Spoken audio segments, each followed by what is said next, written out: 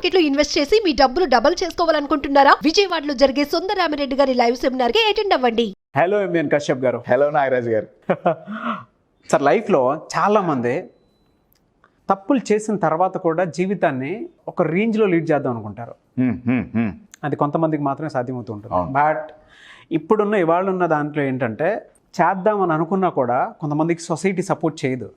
అంటే ఒక ముద్ర వేసేస్తుంది, పలానా వాడు పలానా అని చెప్పేసి ముద్ర వేసేస్తూ ఉంటుంది. సరే, అవమానాలు 1-2 అంటే తట్టుకోగలుగుతాం, కానీ ఒకేసారి గుంపగత్తుగా మన మీద ఎప్పుడైతే పడిపోతాయో దాన్ని తీసుకోవడం కూడా చాలా కష్టం. ఇవాళ పల్లెటూళ్ళలో కొన్ని చోట్ల మనం చూస్తూ ఉంటాం, పరుగు పోయిందని పరుగు హత్యలు కూడా చూస్తూ ఉంటాం మనం కొన్ని చోట్ల. అంటే ఒక మనిషిని కొంతమంది డీమోటివేట్ చేస్తే ఏ విధంగా ఉంటుంది అని అంటే, కొన్ని సందర్భాల్లో ఇట్ లీడ్స్ టు సూసైడ్. ఆ విధంగా ఉంటుందన్నమాట.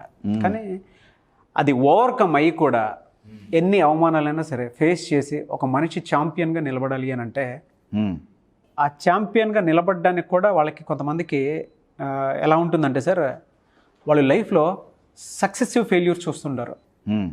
కంప్లీట్ సక్సెస్ఫుల్గా ఆ ఫెయిల్యూర్స్ని కంటిన్యూ చూస్తూనే ఉంటారు. ఫెయిల్యూర్ని సక్సెస్ఫుల్గా ఆ ఫెయిల్యూర్ని కూడా తట్టుకొని ఒక మనిషి బయటపడాలి అని అంటే ఎలా? హౌ? అవమానాలు జరగటం, సొసైటీ సపోర్ట్ చేయకపోవటం, ఇవన్నీ కూడా వన్ కేటగిరీ ఆఫ్ ఫెయిల్యూర్స్లో కన్సిడర్ చేసేసుకుంటారు. అవును. ఫెయిల్యూర్ అనేది చాలామంది ఒక కేజ్గా భావిస్తారు. కానీ ఫెయిల్యూర్ అనేది కేజ్ కాదు, ఒక సేజ్. సేజ్ అంటే మనకి జ్ఞానం ఇచ్చే వాళ్ళని సేజ్ అంటాం, మనకు నేర్పించే వాళ్ళని సేజ్ అంటాం. ఫెయిల్యూర్ మనకి నేర్పిస్తుందే తప్ప మన కిందకు తొక్కదు. కానీ 99% పీపుల్ ఫెయిల్యూర్ని ఒక కేజ్గా భావించి వాళ్ళని వాళ్ళు ఇమోషనల్గా బంధించుకుంటారు. Failure is not a cage my dear friends, it's a sage. It will teach you. నేను ఒక ఎగ్జాంపుల్ చెప్తాను. Sure. True story, true incident, right? అవమానాలు అన్నారు కదా, ఇప్పుడు నేను చెప్పబోయే వ్యక్తికి నో సపోర్ట్, ఫెయిల్యూర్స్ లెక్కలేనన్ని. అతని లైఫ్, ఒక పార్ట్ ఆఫ్ లైఫ్ని చూస్తే భయం వేస్తుందండి.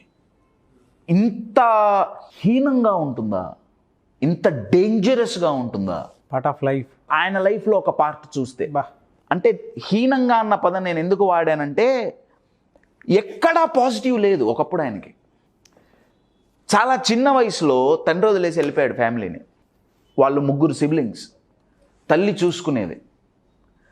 అలా చూసుకుంటున్న తల్లి ఈ అబ్బాయి టీనేజ్కి వచ్చేటప్పటికి 16 ఏళ్ల వయసులోనో 15 ఏళ్ల వయసులోనో తల్లి కూడా చనిపోయింది. చుట్టుపక్కల లొకాలిటీ అంతా బ్యాడ్ అన్న పదానికి మీరు ఎంత హయ్యర్ డెఫినేషన్ ఇస్తే దానికంటే 10 రెట్లు బ్యాడ్ ఇన్ఫ్లుయెన్స్ ఉండేది చుట్టుపక్కల. ఆయన పుట్టి పెరిగిన లొకాలిటీ.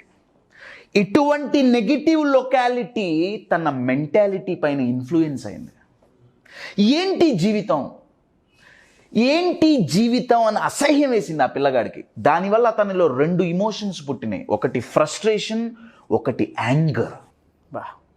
ఈ 2 తనని మిస్డైరెక్ట్ చేసినాయండి. ఎంత మిస్డైరెక్ట్ చేసినాయంటే, పొద్దున్నుంచి సాయంత్రం వరకు ఆ పిల్లగాడు రోడ్డు మీద గొడవలు పడేవాడు. జనాలని, ఒక టీనేజర్ అండి, జనాలని కొట్టేవాడు. పొద్దున్నే పోవటం, ఎవడు దొరుకుతా, ఎందుకంటే లోపల ఫ్రస్ట్రేషన్, కోపం అంతా బయటికి రావాలి. ఆ పిల్ల ఏంటి నా జీవితం ఇది, ఇన్ని కష్టాలు ఎందుకు? ఒక నెగిటివ్ ఎమోషన్ అంతా బయటపడిపోవాలి రోజుకి. జనాలు కొట్టడం అంటే ఏదో సరదా కొట్టడం కాదండి, రక్తాలు కారిపోయేది. దొంగతనాలకు అలవాటు పడ్డాడు, దోపిడీలకు అలవాటు పడ్డాడు, ఒక క్రిమినల్గా మారాడు. 13 ఏళ్ల వయసులో దగ్గర 38 సార్లు జైల్లోకి పోయి వచ్చాడు. అరే, ఇది ఇన్స్పిరేషన్ ఎట్లయిందిరా కాశ్యప్? చెప్తా ఎట్లయిందో. మిమ్మల్ని జైలుకి పోమని చెప్పట్లా, అందుకే పార్ట్ ఆఫ్ లైఫ్ అని చెప్తున్నానండి. 13 ఏళ్ల వయసులో 38 సార్లు జైల్లోకి వెళ్ళి 16 ఏళ్ల వయసులో తల్లిని కోల్పోయి ఇంకా చిన్న వయసులో తండ్రి వదిలేసి వెళ్తే సొసైటీలో అందరూ నీచంగా మాట్లాడుతుంటే తనలో ఉన్న ఫ్రస్ట్రేషన్, కోపం బయటికి వచ్చి నెగటివ్ డైరెక్షన్లో ఛానల్ అయితే జైల్లో జీవితం గడిపిన వ్యక్తి కొన్ని సంవత్సరాలు దాటిన తర్వాత 20 ఏళ్ల వయసులో వచ్చేటప్పటికి ప్రపంచంలో అందరూ ఈ వ్యక్తి ఎలా మారాడు అనే ఆలోచన అందరినీ షాక్కు గురయ్యేటట్టు చేసింది. అతను ఇంత ఫ్రస్ట్రేషన్లో ఉన్నప్పుడు తనని బాబ్ అనే ఒక వ్యక్తి కలిశాడు. బాబుకి బాక్సింగ్ అంటే ఇష్టం. తను అన్నాడు, ఇతని కళ్ళల్లో కోపం ఎప్పుడు కనపడుతుంది? లోపల ఉన్నప్పుడు, రైట్? మనుషుల్ని ఇంత చితకబాతున్నాడే. ఒకరోజు ఆయనకు పావురాలంటే చాలా ఇష్టం అండి. ఈ పిల్లగాడికి పావురాలను ఎవరో ఏడిపిస్తుంటే ఈ పిల్లగాడ అతన్ని, ఆ పావురాలని ఏడిపిస్తున్న అతన్ని ఎంత కొట్టాడంటే ఆల్మోస్ట్ డెత్ బెడ్ వరకు తీసుకుపోయాడు. ఈ బాబు అనే వ్యక్తి అది చూసి ఏమన్నాడంటే, ఇతనిలో ఇంత కోపం, ఇంత కసి, ఇంత ఫ్రస్ట్రేషన్, ఇవన్నీ హై ఎనర్జెటిక్ ఇమోషన్స్ అండి. వీటిని గనక మనం యూజ్ చేసుకుంటే కమర్షియల్ యాంగిల్లో థింక్ అబ్సల్యూట్లీ. బాబ్ అనే వ్యక్తి ఏం చేశాడంటే ఈ పిల్లగాడితో స్నేహం చేసి కస్ డి అమాటో అనే ఒక వ్యక్తి దగ్గరికి తీసుకెళ్లారు. ఓకే. ఆయన ఆ రోజుల్లో బాక్సింగ్ ట్రైనర్స్లో పేరున్న వ్యక్తి. ఈ పిల్లగాడికి ఆయన ఏం చెప్పారంటే, నీలో ఇంత కోపం ఉంది, నీలో ఇంత ఫ్రస్ట్రేషన్ ఉంది, కానీ దాన్ని కనుక ప్రాపర్గా ఛానలైజ్ చేస్తే అది చాలా ఉపయోగపడుతుంది. ఆ పిల్లగాడు ఒప్పుకున్నాడు, రెడీ, నేను ఛానలైజ్ చేస్తా. పని పాట లేకుండా అందరినీ కొడుతున్నావుగా, పర్పస్తో రింగులో జనాలను కొట్టు. పని పాట లేకుండా అందరినీ కొట్టే బదులు ఒక పర్పస్తో అదే కోపం, అదే ఫ్రస్ట్రేషన్, అదే యాంగర్ రింగులో నీ అపోనెంట్ మీద చూపి ఏమవుతుందో చూడు. అది ఏ రేంజ్కి తీసుకెళ్ళిందంటే 20 ఏళ్ల వయసులోనే వరల్డ్ హెవీ వెయిట్ ఛాంపియన్ని చేసింది ఆ వ్యక్తిని. అది ఏ రేంజ్లో ఆ పిల్లగాన్ని తీసుకెళ్ళిందంటే దగ్గర సంవత్సరానికి $700 మిలియన్ టర్నోవర్ చేసే వ్యక్తిగా తీసుకెళ్ళింది. ఆ కోపం, ఆ ఫ్రస్ట్రేషన్, ఆ ఫెయిల్యూర్ నుంచి వచ్చిన బాధని ఛానలైజ్ చేస్తే అది ఎంత దూరం పోయిందంటే అతను ఆడిన 58 మ్యాచుల్లో 52 మ్యాచులు గెలిచాడు. 52 మ్యాచులు గెలిచాడు. దాంట్లో చాలా వరకు నాకౌట్లే. అందులో అండి ఆయన చూసిన ఫెయిల్యూర్, ఆయన కష్టపడి రిజల్ట్ రాకపోవటం కాదండి, అసలు ఏం చేయాలో తెలియక క్రిమినల్ అయ్యాడు. నేను దాన్ని సమర్థించట్లేదండి, ఆయన క్రిమినల్ పాస్ట్ గురించి నేను మాట్లాడతా. You're getting it? One of the most decorated, one of the most respected, one of the greatest champions in the history of boxing,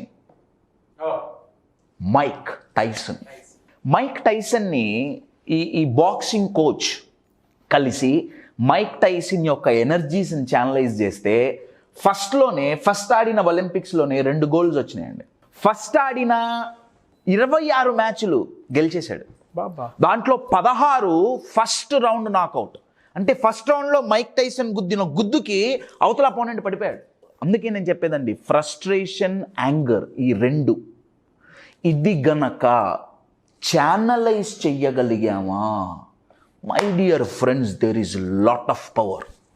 ఈరోజు ఇండియాలో ఎంతోమంది యూత్ ఫ్రస్ట్రేషన్తో, యాంగర్తో ఏం చేయాలో అర్థం కాకుండా ఉన్నారు. ఆ రెండిటి ఇమోషన్స్లో ఉండే శక్తి మామూలు శక్తి కాదండి. దాన్ని గనక ప్రాపర్గా ఛానలైజ్ చేస్తే, డైరెక్ట్ చేస్తే, my dear friends, there is a lot of power. ఈ రోజున్న యూత్ మనం దీపావళి పండగలో ఉపయోగించే రాకెట్ల లాగున్నారండి. చాలా ఆ రాకెట్కి లోపల శక్తి ఉంటుంది, పవర్ ఉంటుంది, అన్నీ ఉన్నాయి, టాలెంట్ అన్నీ ఉన్నాయి. కొంచెం ఫైర్ ఉందా పైకి వెళ్ళిపోతుంది. మన యూత్లో ఫైర్ కూడా ఉంది. ప్రాబ్లం ఎక్కడంటే డైరెక్షన్ ఈజ్ అ ప్రాబ్లం. ఆ రాకెట్ కనుక డైరెక్ట్ చేయలేదనుకోండి, హైట్స్కు పోదు, పక్కింటున్న అంకుల్ లుంగిలో దూరుతుంది. మైక్ టైసన్ ఒకప్పుడు అంతే మిస్డైరెక్ట్ అయ్యాడు. నేను చెప్పాలనుకుంటుంది అది. You're getting my point. దాన్ని కనుక డైరెక్ట్ చేశామా, my dear friends, there is lot of power.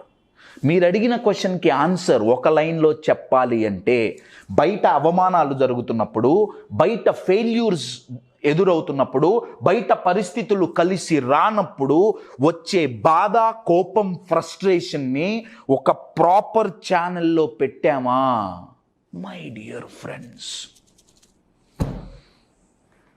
There is lot of power, lot of power.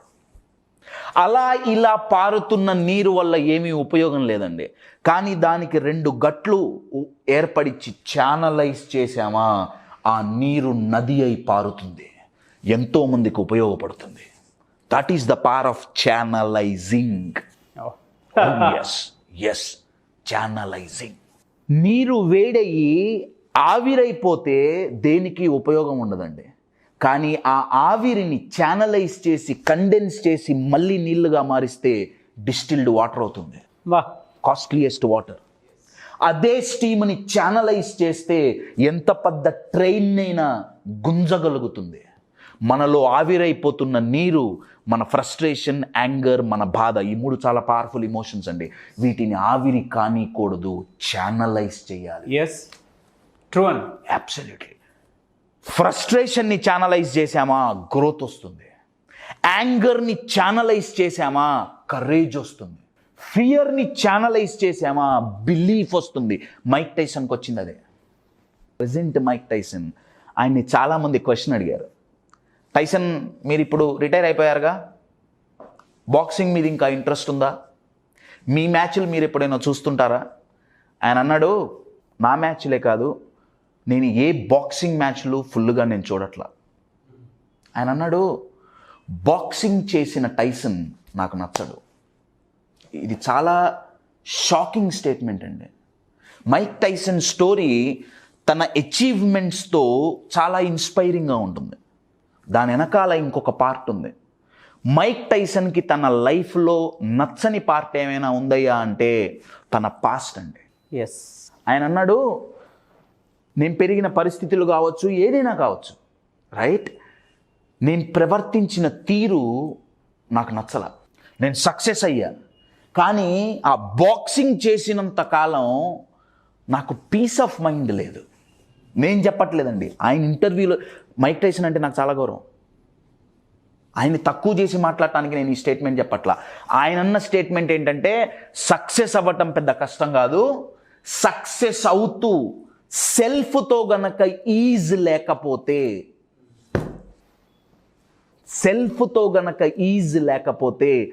ఆ సక్సెస్ జర్నీ ఈజీగా ఉండదండి. చాలా స్ట్రెస్తో, చాలా గిల్ట్తో ఉంటుంది. పీస్ ఉండదు. అబ్సల్యూట్లీ పీస్ ఉండదు. పీసెస్ ఉంటాయి మైండ్లో. So my dear friends, 2 lessons from Mike Tyson. Number 1, మనలో ఉన్న ఇమోషన్స్ని ఛానలైజ్ చేయటం, నంబర్ 1. నంబర్ 2, మిస్డైరెక్ట్ అవ్వకుండా ప్రాపర్ దాంట్లో డైరెక్ట్ చేసుకోవటం మన మైండ్ని, number 2. Number 3, failures are always a sage, not a cage. Definitely not a cage, my dear friends. Fantastic. Don't just become successful, my dear friends. Become successful. Enjoy the journey, ఆ process, ఆ journey ఏమైతే ఉంటుందో, మీరు success అవ్వాలి అని ఆ పని చేసే జర్నీ ఏదైతే ఉంటుందో, ఆ జర్నీ మొత్తంలో మీతో మీరు ఈజీగా లేకపోతే, మై డియర్ ఫ్రెండ్స్, ఆ సక్సెస్ని మీరు ఎంజాయ్ చేయలేరు. గ్రేట్ వర్డ్స్ అండి. ఎందుకంటే కొంతమంది అంటే ఇప్పుడున్న దానికి ఈజీగా హర్ట్ అవుతూ ఉంటారు. ఎదుటోడు ఏది చెప్పినా కూడా అది చిన్న చిన్న అవమానాలు కానివ్వండి, లేదంటే వాళ్ళ మీద ఏదైనా తప్పు వాళ్ళది కాకపోయినా శిక్ష వీళ్ళు అనుభవించాల్సి వస్తుంది. అటువంటి వాళ్ళు సొసైటీలో తిరగడానికి చాలా పెద్ద ప్రాబ్లం అవుతుంది. ఎందుకంటే ఎవరు సపోర్ట్ ఎవరు యాక్సెప్ట్ చేయరు, చిన్న చూపు చూస్తారు. దాని నుంచి బయటపడడానికి వాళ్ళు పడేటువంటి మనోవేదన ఉంటుంది చూసారా, అదే నిజంగా అరణ్యరోధన. అది వాడికి మాత్రమే ఆ 4 గదుల్లో తెలుస్తుంది. థ్యాంక్స్ ఫర్ సేయింగ్ దిస్ అండి. తప్పు కాకపోయినా శిక్ష అనుభవిస్తారన్నారే, మైక్ టైసన్ అలా 3 ఏళ్ళు జైల్లో శిక్ష అనుభవించాడు. ఆయన మీద ఒక రేప్ ఎలిగేషన్ వేశారు. వేసింది సొంత వాళ్ళే, ఎవరో కాదు. తను ఎంతగానో ప్రేమించిన వాళ్ళే తన ఆస్తి కొట్టేయటానికి, ఎందుకంటే కొన్ని లక్షల కోట్ల డాలర్లు అండి ఆయన సంపాదించింది, కొట్టేయటానికి ఆయన మీద రేప్ ఎలిగేషన్ వేస్తే 6 సంవత్సరాలు జైలు శిక్ష పడింది. తన కండక్ట్ ఆఫ్ బిహేవియర్ బాగుందని చెప్పి 3 ఏళ్లలోనో ఏమో రిలీజ్ చేశారు. తను రేప్ చేయలే, కానీ శిక్ష అనుభవించాడు. అట్లా ఒకటి కాదండి, కోకొల్లలు మైక్ టైసన్ లైఫ్లో కోకొల్లలు. అప్పుడు వచ్చిన ప్రతి ఇమోషన్ని ఆయన బాక్సింగ్ రింగ్లో అపోనెంట్ మీదే చూపించాడండి. అందుకే ఆ పంచ్లో అంత పవర్ వచ్చింది. అంటే మీలో ఉన్న ఫ్రస్ట్రేషన్ ఇప్పుడు అంత ఇంకొకరు అనుభవం నేను కొట్టమనట్లా, అది బాక్సింగ్ కాబట్టి ఉపయోగపడింది. నా క్వశ్చన్ ఏంటంటే, మనలో ఉన్న నెగిటివ్ ఇమోషన్స్ వల్ల వచ్చే బాధ, కోపం, ఆ కసిని భయాన్ని కొట్టడానికి ఉపయోగించండి. మైక్ టైసన్ అపోనెంట్ను గుద్దినట్టు మీలో ఉన్న భయాన్ని గుద్దండి, ఏమవుతుంది? మీలో ఉన్న డౌట్స్ని కొట్టండి. ఫస్ట్ రౌండ్ కాదండి, విదిన్ సెకండ్స్లో నాకౌట్ అయితే